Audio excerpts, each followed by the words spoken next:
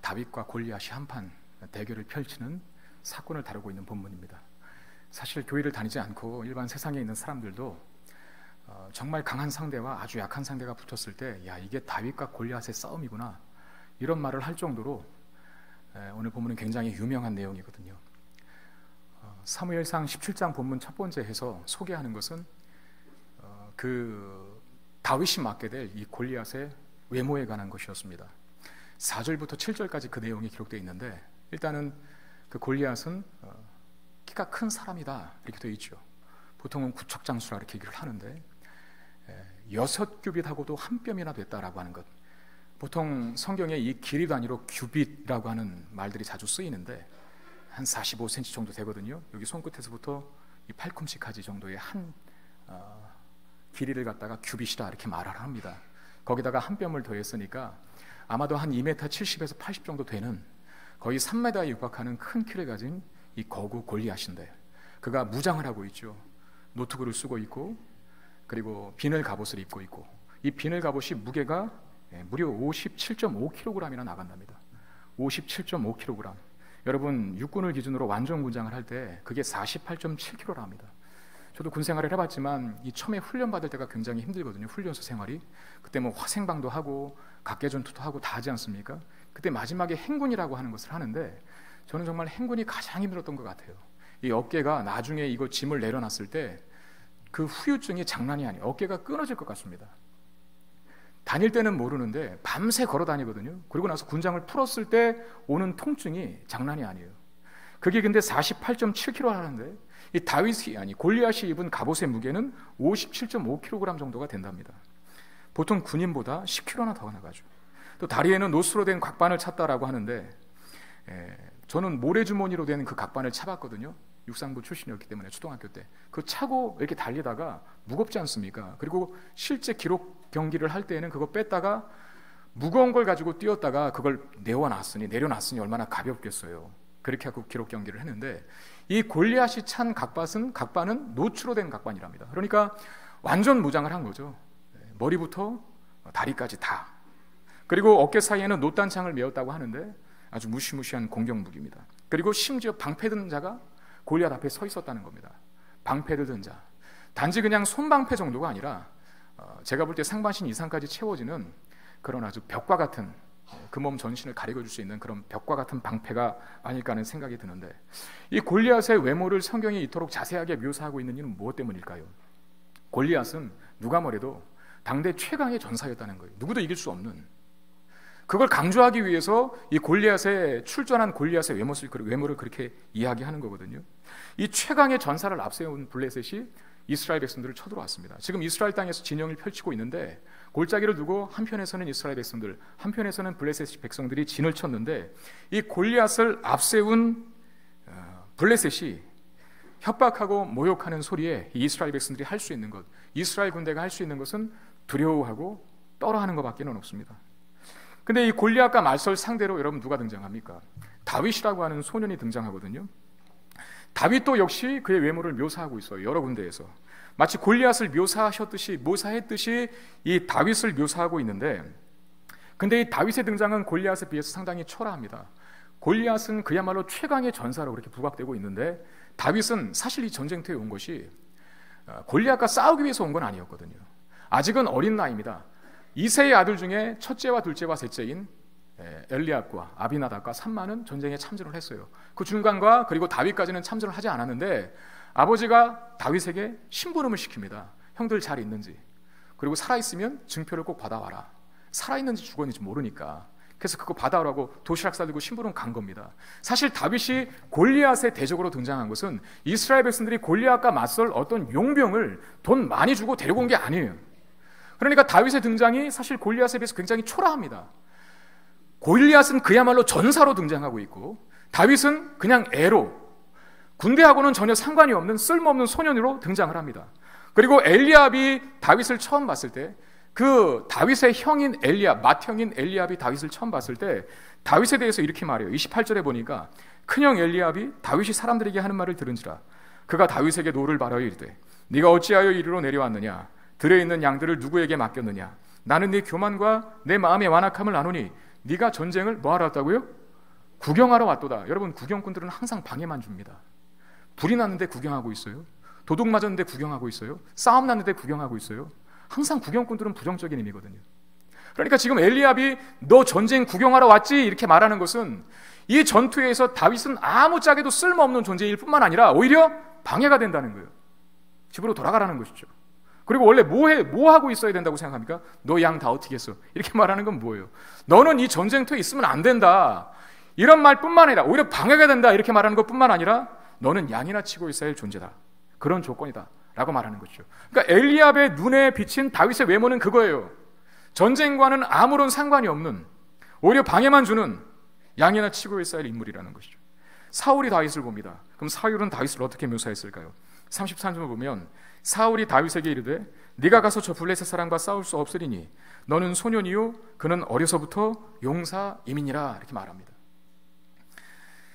사울이 다윗과 골리앗을 비교하면서 내린 평가인데 다윗은 소년이라 이렇게 말합니다. 그러니까 아직 어리다는 뜻이죠. 아직 어린 소년이 이 전장터에서 뭘 할 수 있겠습니까? 그러므로 사울의 눈에 비친 다윗의 외모 또한 일반 군사들보다 못한 존재라는 거예요. 반면에 골리앗은 어려서부터 용사고 넌 소년이고, 소년과 용사의 싸움이 과연 되겠습니까? 그리고 골리앗이 다윗을 보죠. 골리앗은 다윗을 어떻게 그 외모를 평가하는지 42절에 보면 그 블레셋 사람이 둘러보다가 다윗을 보고 업신여기니 이는 그가 젊고 붉고 용모가 아름다움이라 라고 말합니다. 자, 골리앗의 눈에 비친 다윗의 외모는 미소년이었어요. 그러니까 전장터에서 미소년은 무슨 의미가 있겠습니까? 우람하고 또 무기도 갖추고 좀 키도 크고 등치도 둬야 하는데 너무나 미소년 같은 아직 어린 소년인 다윗을 보고 이 골리앗이 다윗을 업신여겼다라고 하는데 완전히 무시한 거죠. 여러분 한번 보십시오. 성경에서 이 17장이 사무엘상 17장이 상당히 긴 내용으로 구성이 되어 있어요. 우리는 이 다윗과 골리앗의 한판 승부를 압니다. 다윗이 열악했고 골리앗이 컸는데 다윗이 여호와 이름으로 나갔더니 승리를 거뒀다. 이게 우리가 다 아는 줄거리거든요. 그런데 그 간단한 주제를 갖다가 굉장히 길게 사무엘상 17장에서는 길게 말하고 있는데 그 첫 번째 내용이 골리앗과 다윗의 외모를 비교하는 거였어요. 왜 비교했을까요? 골리앗은 세계 최강의 전사라고, 당대의 최강의 전사라고 부각시키고 있고 그에 맞서는 다윗은 일반 병사도 안 되는 그런 조건을 가진 자라는 것을 비교하고 있거든요. 그러니까 이 둘의 싸움은, 다윗과 골리앗의 싸움은 전혀 가능성이 없는, 다윗이 이길 리 없는 그런 무모한 싸움이다라고 하는 것이죠. 상황이 이렇다는 거예요. 객관적인 상황이. 근데 왜 다윗은 자꾸 골리앗에게 싸우겠다고 도전할까요? 여러분, 다윗도 그래도 아직 완전한 성인은 아니지만 알 건 다 아는 나이 아닙니까? 무엇을 해야 되고 무엇을 그만둬야 하는지는 알 나이예요. 예? 웬만한 눈치, 사리분별을 할 나이라는 것이죠. 중3에서 고1, 고2 정도 되면 자기가 할 수 없는 걸 압니다. 다윗은 눈이 없습니까? 골리앗이 안 보였을까요? 보였죠. 당대 세계 최강의 전사고 모든 장비를 다 갖추고 있는 그런 골리앗이 다윗의 눈에도 보였을 겁니다. 그럼에도 왜 싸우겠다고 할까요? 여러분, 사울을 포함한 이스라엘 전체의 군대 중에서 이 골리앗을 대적하겠다고 나서는 자가 없는 상황에서 다윗이 홀로 싸우겠다고 자청을 하는 겁니다. 이 다윗이 골리앗과 싸우겠다고 결심한 계기가 있는데, 자, 26절 한번 보실까요? 다윗이 곁에 서 있는 사람들에게 말하여 이르되 이 블레셋 사람을 죽여 이스라엘의 치욕을 제거하는 사람에게는 어떠한 대우를 하겠느냐? 이 할례 받지 않은 블레셋 사람이 누구이기에 살아계시는 하나님의 군대를 모욕하겠느냐? 그랬어요. 이게 다윗의 말이에요. 중요한 문장이 후반부에 나오는데 이 할례 받지 않은 블레셋 사람, 그리고 살아계시는 하나님의 군대라고 말합니다. 이 할례 받지 아니하는 블레셋 사람은 사실 다윗의 표현의 의도는 뭡니까? 하나님 없는 족속이라는 것이죠. 하나님 모르고 하나님 믿지 않는 그런 사람들, 할례 받지 않은 블레셋 사람이라고 말하고 있고, 그 반대로 이스라엘 군대를 뭐라고 얘기합니까?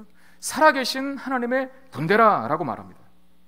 지금 하나님이 없는 사람들이 하나님을 소유하고 있는 군대를 이토록 모욕할 수 있겠는가라고 하는 분노에 찬 발언을 다윗이 하는 거예요. 이게 지금 다윗의 마음에 불을 지폈죠. 여러분, 사울과 이스라엘이 골리앗을 두려워했습니다. 왜? 골리앗을 상대하기에는 자신들의 실력이 떨어지니까요. 근데 이스라엘이 단번에, 상황은 불리하겠지만, 상황은 열악하겠지만 단번에 강한 골리앗의 블레셋을 이길 수 있는 비결이 있는데, 그 유일한 방법이 있는데, 그게 뭡니까? 다윗처럼 살아계신 하나님의 군대라는 것을 인정했어야만 하는 거예요. 하나님이 자신들의 편에 서겠다는 사실을 기억하는 것, 자신들의 편에 서 계시다는 사실을 기억하는 것만이 이 불리한 전세를 단번에 역철시킬 수 있는 유일한 대안인데, 그걸 안 하고 있다는 거예요. 여러분, 우리가 지금 본문이 사무엘상 17장 아닙니까? 그 전장인 16장에서 사울에게 이런 표현이 있습니다. 다윗에게는, 기름 부음 받은 다윗에게는 여호와의 영이 더 충만하게 임했다라고 하는 말씀이 있고, 반대로 사울에게는 뭐가 떠나갔다고요? 여호와의 영이 떠나가고 악령이 임했다라고 그래요. 하나님이 없이 실력으로 나갔다는 거예요. 실력으로 나가니 더 큰 세상적인 실력을 갖고 중무장한 상대를 만났을 때에는 두려워 떨 수밖에 없는 게 자명한 이치겠죠. 사울뿐만 아니라 이스라엘의 전 군대가 이렇게 되어 있습니다. 근데 그 중에 다윗 한 사람은 달랐습니다. 그는 하나님을 인정하고 있습니다. 아무리 골리앗이 커도 그 골리앗 옆에 딱 하나님을 세우는 거예요. 너무나 크고 위대하신 그 하나님을. 골리앗이 아무리 강하고 아무리 큰 거인 장수라 하더라도, 당대 세계 최강의 전사라 하더라도 하나님 옆에 섰을 때 그는 아무것도 아닌 거죠. 그걸 다윗은 봤다는 거예요. 살아계신 하나님, 살아계시는 하나님. 왜 이것을 유일하게 다윗만 알고 있을까요? 이게 참 문제인 거예요. 이스라엘 백성들도 하나님 믿고 있고, 사울도 하나님께서 선택받아 기름 부음 받은 종이거든요. 그런데 다 두려워 떨고 있어요. 그들은 살아계신 하나님을 부르짖지 않아요.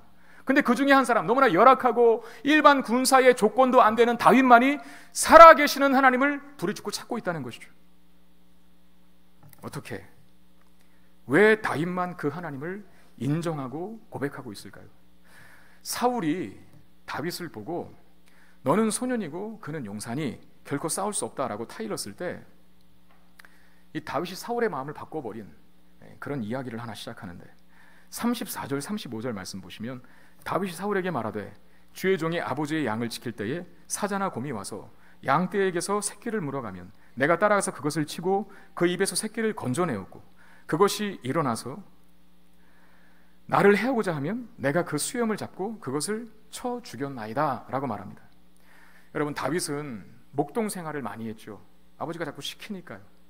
근데 들녘에서 양을 치는 일을 하면서 어쩌면 그게 다윗의 일상이고 다윗의 현실 세계 아닙니까? 목동이라고 하는 영역, 넓은 들녘에서 양과 함께 지내는 그런 시간이 다윗의 일상이었을 거예요. 근데 그가 그의 일상에서 어떤 경험을 했느냐라고 하는 것이죠. 뭘 경험했습니까? 양을 공격하는 사자와 곰, 이런 숱한 맹수들과 싸워서 이기는 경험을 합니다. 어디에서요? 그 다윗의 일상 속에서. 여러분, 사자와 곰을 이길 수 있는 인간은 없습니다. 골리앗이 일하고 이길까요? 사자와 곰을? 가끔씩 그 동영상을 보면 그 신기한 동영상들이 있죠. 목사님, 서커스 하는 사람들은 사자와 곰도 이기대요. 아니요. 그 사자와 곰이 정신 못 차려서 그래요. 사자와 곰이 정신 차리면 그 조련사들도 다 잡아먹더라고요. 막 물고 죽이더라고요. 인간 중에 사자와 곰, 그 맹수를 이길 사람은 없습니다. 그럼에도 다윗은 그 들녘에서 양을 칠 때 그 현실과 일상생활 속에서 사자도 이기고 곰도 이긴 경험과 전력을 갖고 있다라고 이야기를 합니다. 사자와 곰이라고 하는 강력한 맹수를 이길 수 있는 인간이 없는데 다윗이 이겼다면 누가 한 겁니까? 그렇죠. 그걸 지금 다윗도 고백해요. 37절에 또 다윗이 이르되 여호와께서 나를 사자의 발톱과 곰의 발톱에서 건져내었은즉 나를 이 블레셋 사람의 손에서도 건져내시리이다. 여호와께서 나를 이 맹수들의 손에서 건져내었다라고 말합니다. 건져내었다, 과거형으로 돼 있어요. 이런 경험을 갖고 있다는 거예요, 다윗이. 이런 경험을, 사자도 이겨봤고 곰도 이겨봤는데 내가 이긴 게 아니라 하나님이 나를 그 사자의 입에 곰의 발톱에서 나를 건져내셨다라고 하는 이 경험을 갖고 있는 다윗이, 여러분, 경험적인 믿음이 그래서 중요한 겁니다. 그 믿음은 강력해요. 그래서 앞으로도 전망하죠. 블레셋 사람 저 골리앗도 내가 반드시 이길 수 있다. 왜? 하나님이 그렇게 하신다면. 이렇게 말하는 거예요. 여호와께서라고 하는 말에 강조점이 있습니다. 여러분, 다윗은 목동 생활을 통해서 하나님의 크심과 전능하심과 위대하심을 경험적으로, 체험적으로 숱하게 확인하는 겁니다. 그걸 실제로 갖고 있어요. 여러분, 하나님이 크시다는 걸 믿으십니까? 하나님의 위대하심을 인정하십니까? 하나님이 전능하시다고 믿고 있나요? 여기서만 믿지 마시고 일상에서도 믿으시기를 바랍니다. 다윗은 그것을 일상에서도 믿었고, 예배의 자리, 교회에서만, 성경 공부할 때, 제자훈련 받을 때만이 아니라 직장생활 속에서, 학교 공부할 때, 친구들 만날 때, 어려운 일이 생겼을 때 항상 하나님과 동행함으로 하나님의 위대하심과 전능하심을 볼 수 있는 눈을 매일 뜨고 다녔어요. 이게 사울과 그리고 이스라엘 그리고 다윗의 차이인 거예요. 경험적인, 체험적인 믿음을 갖고 사는 게 굉장히 중요합니다. 제가 언젠가도 그런 얘기를 드렸던 것 같은데, 저는 어렸을 적에 이 선풍기를 갖고 잘 놀았습니다. 선풍기를 딱 오프시키면은 그 프로펠러가 단번에 딱 멈추는 건 아니지 않습니까? 그래, 이게 다 이렇게 쓸만하면 제가 어떻게 했을까요? 그 선풍기 머리에다가 손가락을 넣어서 그 손가락 힘으로 그걸 세워봐요. 그러다가 나중에는 좀 더 빨리 돌 때 강도 높게 자꾸 손가락을 누는 거예요. 제가 하는 그 짓을 저희 어머님이 봅니다. 재호야, 하지 마라. 손가락 다친다. 누구라도 손가락 잘린다. 아무리 경고를 줘도 들리질 않아요. 여러분, 이런 장난은 저만 한 건 아니잖아요. 그죠? 여러분들도 하셨죠? 근데 이렇게 모른 척하고 계세요. 의정부만의 문화는 아니잖아요. 그죠? 여러분들 해보셨죠? 어머님이 그렇게 말렸는데도 그게 안 들리는 거예요. 그러다가 점점점 빨리 도는 프로펠러에 제가 손가락을 넣는데 어느 순간에 손톱이 한번 날아가 버렸어요. 그다음부터 제가 했을까요, 안 했을까요? 안 했죠. 이게 경험적인 지식이에요. 소금을 맛을 보고 짜다는 걸 아는 사람과 이론과 책으로 배워 아는 사람이 그 소금을 같이 대할까요? 그렇지 않죠. 불이 모든 걸 태울 수 있는 엄청난 화력이고, 불이 한번 휩쓸고 간 자리는 아무것도 남는 게 없다라고 하는 것을 책으로, 이론으로 배운 사람과 그 경험을 가지고 있는 사람이 불을 대하는 반응이 같을까요? 그렇지 않습니다. 아무리 머릿속에 전투 교범이 2권, 3권, 4권이 들어가 있는 장교라 하더라도 실제 월남전 참전하고 6.25 전쟁 참전하여서 총 쏴보고 수리탄 던져보고 육박전 해본 군인의 전술 전략을 따라갈 수는 없는 겁니다. 그래서 경험이 중요한 겁니다. 다윗이 하나님을 표현할 때 왜 살아계시는 하나님이라 라고 표현했는지 여기서 알 수 있어요. 하나님은 단지 책 속에 가두어진 하나님 나라에만, 하늘나라에만 계신, 교회 안에만, 예배 안에만, 의식 속에 있는 예배 속에서만 계신 하나님이 아니라 매일의 일상생활 속에서 순간순간 경험되고 만져지는 친밀한 하나님, 다윗과 깊은 교제 속에 있는 하나님, 그 하나님을 다윗은 살아계신 하나님이라고 표현하는 거예요. 죽어있는 것의 반대가 아니라 지금도 나와 함께 하시고, 예배 드릴 때뿐만 아니라 예배를 드리고 나서 밖으로 갈 때, 운전하고 있을 때조차라도, 내가 직장생활하고 있을 때조차라도, 내가 자녀들과 함께 밥을 먹고 있는 그 시간조차라도 여전히 나와 함께 하시고 나의 일거수일투족을 지켜보시고 함께 하시고 동행하시는 그 하나님을 다윗은 인정하고 동행하며 의식하고 고백했다는 거예요. 그런데 다윗을 제외한 나머지 이스라엘 사람들은 다 가두어둔 하나님이었습니다. 이것이 사울과 이스라엘의 문제였고, 죄송하지만 우리들의 문제이기도 해요.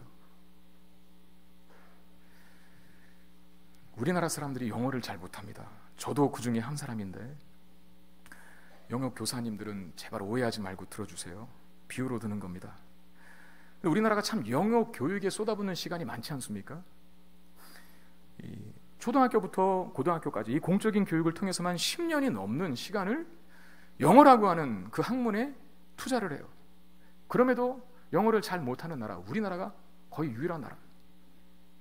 심지어 공교육뿐만 아니라 사교육을 통해서도 영어를 배우는 시간과 물질의 투자를 많이 하는데 영어를 잘 못하는 경우가 태반이에요. 근데 우리나라 사람들이 잘하는 게 있어요. 뭘까요? 점수는 좋아요. 학교에서 영어 시험 보면 100점 맞습니다. 토익, 토플 점수 만점에 가까운 사람 많아요. 외국인들이 의아해하는 거예요. 아니, 토익, 토플 점수가 이렇게 높은데 왜 한마디도 못하나? 점수는 높은데 외국인을 만나면 10년을 넘게 배웠는데 한마디를 못하는 건 참 불가사의한 일 아니겠어요? 제가 왜 이런 말을 해요? 여러분, 어쩌면 이게 이 같은 문제가 우리의 신앙에도 있지 않을까요?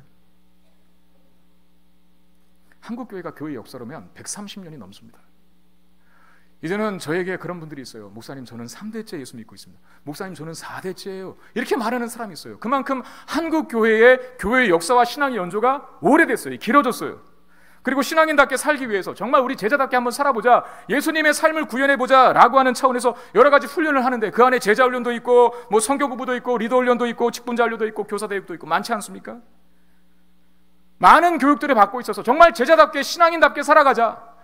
교회 안에서만 신자인 척하지 말고 이 세상의 빛과 소금으로 우리를 세우셨는데 이 세상의 빛과 소금의 역할을 하는 하나님의 사람으로 우리 바꾸어보자라고 교회의 역사만큼 그렇게 많은 교육과 많은 노력들을 기울여 오면서 훈련했죠. 그것뿐입니까? 정말 세련되고 화려한 예배를 드리고 있고 현란하고 웅장한 성가대 찬양들이 있고 화려한 악기를 동원하여서 하는 찬양팀의 찬양이 있습니다. 정말 수준급이죠. 그런 예배 속에 우리는 때로 감동도 받고 마음의 큰 울림을 받기도 합니다. 요새 목회자들도 설교를 얼마나 잘합니까? 전달력도 뛰어나고 성경 본문을 분석해내는 그 강의력도 굉장히 뛰어납니다. 일단 자료가 많으니까요. 그리고 많이 배울 수 있으니까요. 이런 예배와 이런 가르침과 이런 말씀들을 계속해서 더 많이, 더 깊이 있는, 더 풍성한 것들을 듣고 배우고 보고 있는데, 그게 다 사실은 우리의 믿음을 키우기 위한 방편들 아닙니까? 근데 우리의 믿음이 정말 이 현실에서, 일상에서 잘 작동하는 역동적인 믿음인가? 라고 하는 질문을 던졌을 때에는 별로 그렇게 자신 있는 대답을 못 내는 사람들이 많죠. 저도 마찬가지고. 그게 왜 그런 겁니까? 만약에 우리의 믿음이 현실 생활 속에서도 잘 작동하는 믿음이었다고 한다면 지금 한국교회의 모습이 이 모습으로 존재하지는 않았을 겁니다. 오히려 위상이 달라졌겠죠. 우리 때문에 세상이 밝아졌겠죠. 한국교회가 어쩌면 정말 이 대한민국 땅의 유일한 희망이다 라고 여길 만할 그런 위치에 있었겠죠. 근데 지금 그 반대라는 걸 잘 알고 있지 않습니까? 그건 뭘 말합니까? 우리 그렇게 숱하게 배웠는데, 기독교 역사도 길어졌는데 영어를 한마디도 못하는 거예요. 똑같아요. 그게 왜 그렇습니까? 왜? 현실과 신앙이 따로 놉니다. 다윗은 현실과 신앙을 분리하지 않았다는 거예요. 다윗이 고백한 이 살아계신 하나님, 이게 굉장히 중요한 고백입니다. 사실 이거를 제목으로 하려고 하다가 다른 걸로 그냥 했는데, 살아계신 하나님이 주제예요. 무슨 뜻이라고요? 지금 현실 세계 속에서도 왕성하게 나와 동행하시며 활동하고 계시는 하나님이라는 뜻입니다. 그 하나님을 믿고 또 동행하고 있기에 다른 사람들은 다 골리앗 앞에서 두려워 떨고 있는데 다윗은 분노하는 거죠. 여러분, 분노는 반대로 이야기하면 용기입니다. 용기. 우리가 믿는 하나님은 오늘도 살아계신 하나님이라는 사실을 여러분 믿으시기를 바랍니다. 부탁드릴게요. 예배 끝나고 교회에 두고 가지 마세요. 하나님을. 여러분들의 일상 속에서, 다윗이 목동 생활 속에서 하나님을 인정하고 그 하나님과 동행하는 그 삶이 목동이 아니라 이제 전쟁터로 바뀌고 그 정제터 속에 이스라엘 백성들을 위협하는 골리앗 같은 구척 창수가 눈을 부릅뜨고 위협하고 있어도 다윗은 단 한순간도 하나님과 떨어져 본 적이 없는 거예요. 그러니 구척 장수가 아니라 골리앗 할아버지가 와도, 골리앗이 12명이나 돼서 덤벼도 내가 나가서 싸울게, 그렇게 말할 수 있는 것입니다. 사울이 다윗이 그렇게 한 말에 설득을 당해요. 그리고 그래, 그만 한번 네가 나가봐라. 모르겠어요. 무슨 의도로 그걸 보냈는지는 모르겠지만 다윗을 보냅니다, 전장터에. 그러면서 사울이 주는 게 있었어요. 자기 갑옷. 자기 갑옷을 입으라고 주는데, 여러분 이것도 우리가 한번 생각해 봐야 돼요. 저는 여기서 골리앗 앞에서 벌벌 떨 수밖에 없었던 이 사울과 이스라엘 군대가 가진 한계를 봅니다. 왜? 무슨 한계요? 골리앗이라고 하는 이 엄청난 세상의 힘을 갑옷이라고 하는 또 다른 세상의 힘으로 막으려고 하고 있는 거예요. 여러분, 사울이 갑옷 없었습니까? 갑옷이 없어서 골리앗이 왕 우릉 됐을 때 그냥 깨갱했습니까? 여전히 갑옷 갖고 있었거든요. 그걸로는 안 된다는 걸 알아요. 그런데도 다윗이 나가려고 할 때 자기 갑옷을 벗어줘요. 아까 우리가 4절부터 7절까지의 말씀을 봤는데 이 골리앗의 외모를 묘사할 때 거의 다 방어무기였잖아요. 뭐 녹각반, 머리에 투구, 그 다음에 갑옷.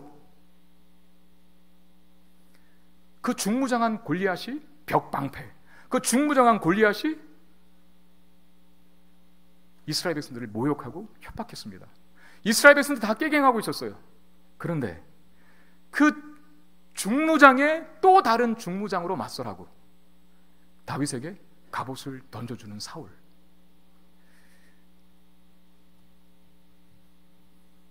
다윗은 그거 벗어버립니다. 그게 무슨 뜻입니까?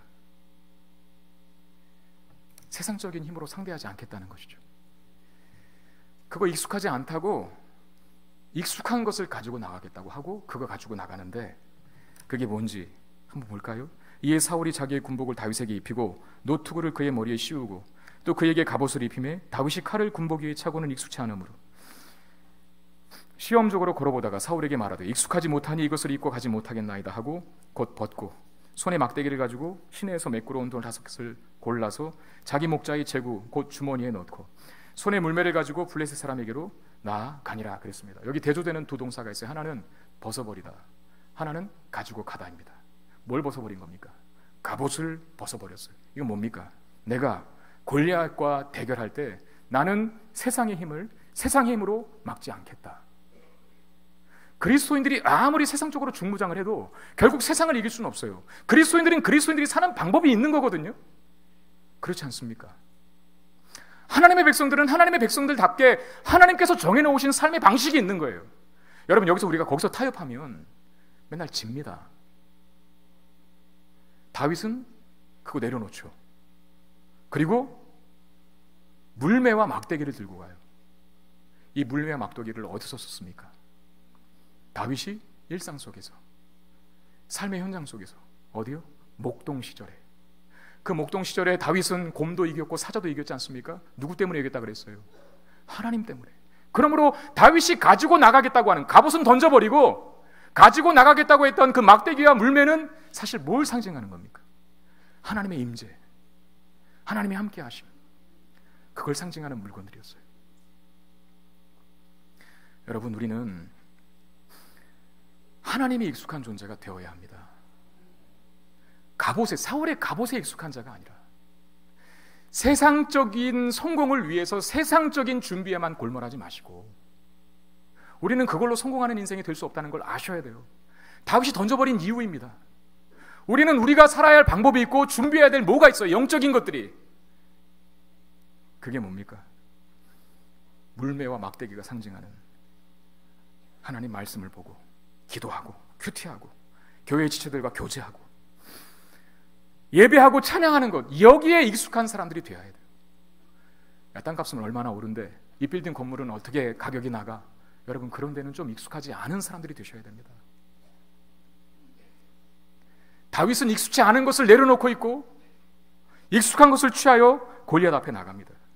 한 걸음 더 나가서 저는 다윗이 가지고 나간 그 막대기와 물매를 하나님 말씀과 그리고 기도라고 그렇게 적용하고 싶습니다. 그렇게 할 수 있는 게 다윗이 시편 23편에서 내가 사망의 음침한 골짜기를 다닐지라도 해를 두려 하지 않을 것은 주께서 나와 함께 하심이라. 주의 지팡이와 막대기가 나를 안위하시나이다. 그랬어요. 그 막대기와 물매는 다윗이 신뢰했던 하나님 말씀이라고 하는 성경과 기도라고 하는 강력한 무기였다는 겁니다. 근데 사실 세상 사람들이 볼 때 인생의 위기를 만나고 문제를 만나고 환난을 만났을 때 나 기도할 거야, 나 말씀 볼 거야, 그러면 비웃어요. 세상 사람들은요. 그러나 우리는 그 가치를 알아야 합니다. 다윗은 그 가치를 알죠. 그 기도와 말씀이 상징하는 주체는 누굽니까? 하나님 아니십니까? 그야말로 다윗은 막대기를 그리고 물매를 들고 나가면서 들녘에서 양을 칠 때 자신을 사자의 입에서도 곰의 발톱에서도 건져주신 하나님을 기억해냈을 거예요. 그 하나님께서 사자도 곰도 이기게 하셨다는 것을 상기하면서 담대하게 골리앗 앞에 나가는 겁니다. 여러분, 기도와 말씀이라고 하는 것은 하나님께서 우리에게 은혜를 주시는 통로고 방편입니다. 그 기도와 말씀을 통해서 우리는 세상을 이길 힘을 얻게 되는 거예요.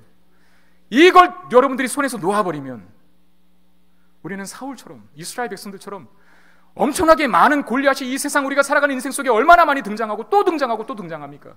그때마다 벌벌벌 떨고 두려워할 수밖에 없는 것이죠. 세상을 이기는 방법은 세상의 힘을 더 많이 소유하는 것으로 되는 것이 아닙니다. 우리 자신도 그렇고 우리 자녀들에게도 그래요. 세상이라는 거대한 골리앗을 이기기 위해서 사울의 갑옷을 입힐 생각하지 마시길 바랍니다.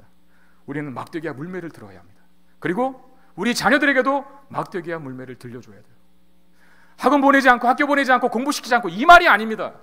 우리 인생이 우리의 인생과 우리의 자녀들이 어떻게 하면 그 인생을 성공적으로 살 수 있는가? 세상적인 준비로는 안 돼요. 사울의 갑옷으로는 되지 않는다는 겁니다. 막대기의 물매를 들어야 돼요. 그래야 우리가 있고 우리 다음 세대가 있는 것입니다.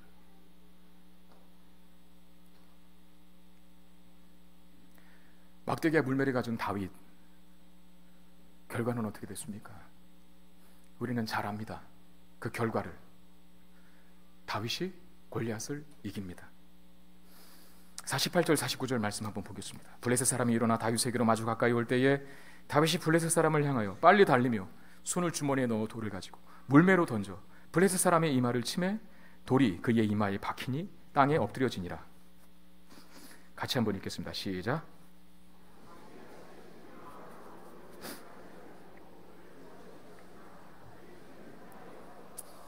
다윗이 골리앗 이겼죠? 근데 그 마지막이 뭐라 합니까? 굉장히 의미심장한 기록이죠.